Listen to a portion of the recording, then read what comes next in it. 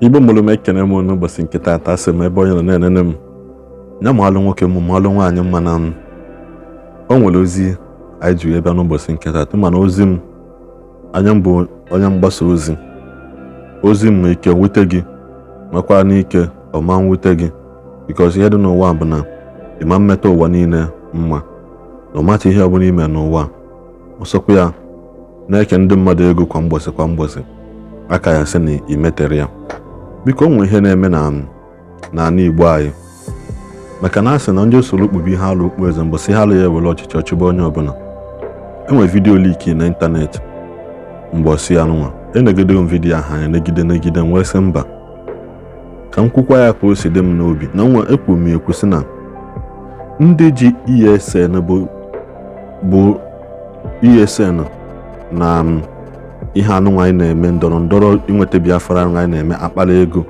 karịrị akarị na ndị chọọ ka enweta Biafra bụ aja dị n'ala ha ka nkụ mana ọ nweziri ndị ọjọọ ndị na-achọghọ ka enweta ya bụ ihe bụzi ndị je occupy ya some strategic places ọ ya bụ ekwube enwe isi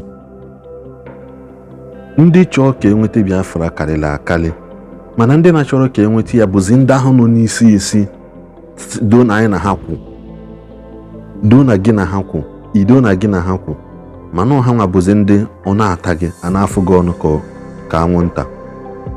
O nwere vidiyo nchọ kinene nwanne anyị nwoke bịa na-ekwu okwu maka alụ na-eme n'obodo onwe obodo ọkpọ chọọ m ikponye bụ obodo afọ inene ya n'onye bụ obodo ka ọ dagbana n'ọmụnwa ka o si n'ọnụ alụ na-eme dị bụ na abịa ka abịa jụọ kedu ndị na-eme ajọ ihe na-emenụ ewekpọrọ ndị mmadụ ese ha ṅụwa iyi na abịagodo ịbịa jụọ ha kee ihe bụ ihe na-eme n'ala Igbo anyị ka ha na-ekwetara na ha ma n'ọkata ịkpọrọ mmadụ mee ihe nsizi si ya na nnọọ ya aṅụrụ gị iyi ka e wee suru wee kpuchie mpụ na aghụghọ ebe ihe adịghị mma biko nenenụ na bụ vidiyo unu fụ ihe nwanne anyị nwoke na-ekwu n'efere mba ụwa taa.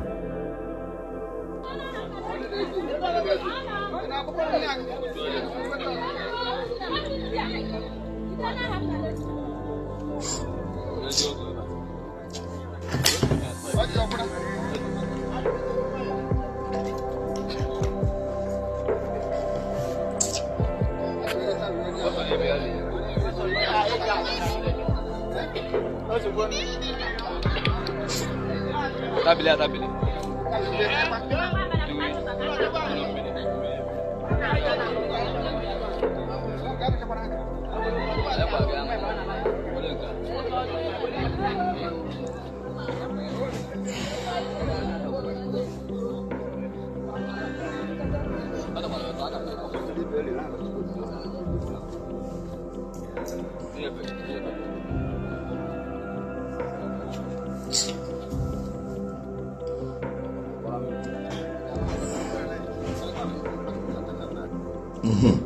Smartest tribe in the mud.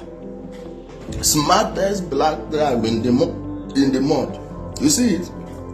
This video was shared by Chinas Anwewu on his Twitter handle, and he said they belong to Gento, Butuzo, Zuma, and other guys that no longer work for him.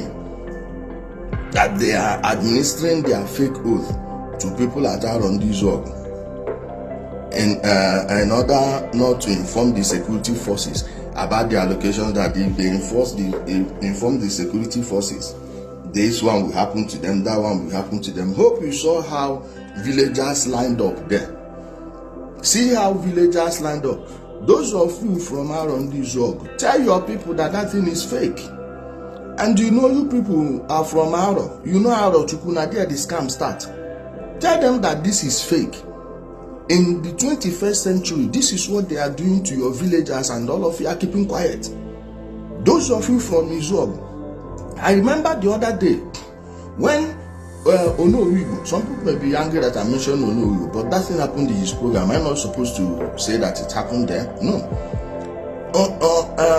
In one of his broadcasts, I called him and I told him that these people are now moving to Izuogu. One Banza faceless dingo we say in the Istanbul, you no go even use in real name. You know, say that they fear their father. It said that is a lie, this and that. But you are seeing it now. Even Chinasa is confirming it. Meanwhile, there is nothing these people are doing here that they are at on this job that they didn't do at Osuyitokwa or Sumohu. Right from when they were together with Chinasa Nwewu. Okay, ask Chinasa Nwewu why he didn't mention Igbo Okigwe, or is the same thing not happening at Igbo Okigwe? Those of you from Okigwe, those Ngwa boys there, mixed up with some Ebonyi and Anambra with Imo boys in your place. Don't they do this thing to the people there and make them to swear this their fake oath that doesn't do anything, not to reveal their whereabouts to the security forces? And you think your place will return to normal if these people are not taken care of? How? In what way? How is that going to happen? People are there being brainwashed into garbage when others are exploring other planets. People are building their places, doing things that will make tomorrow better for their upcoming generations. And here we are talking rubbish about the same thing that wasted how many generations? You think it's only the 67, 70 generation that it wasted? You are still suffering it till this day, and no one wants to say anything. Ndi Igbo, if you people want these people to remain there, it's up to you. Those of you at Igbo, if you want them to remain there, it's up to you. I've said mine. So, if you like, go fix your place. If you don't, no problem.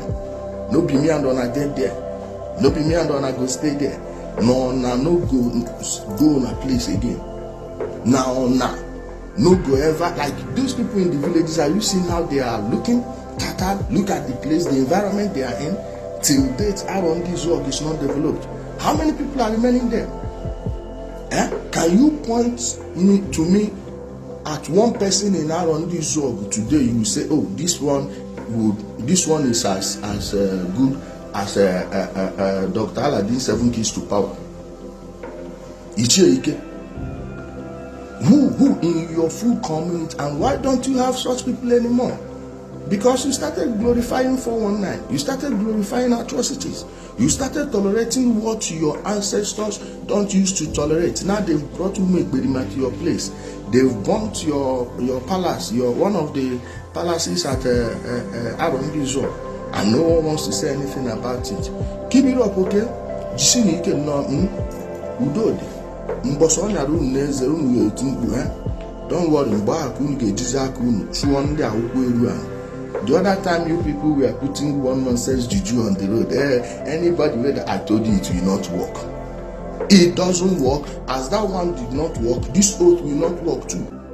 Those of you who don't know how their oath work, if they sense that you leaked information to the security forces or anyone, from behind they will buy the person and say that is the oath. Don't mind these people.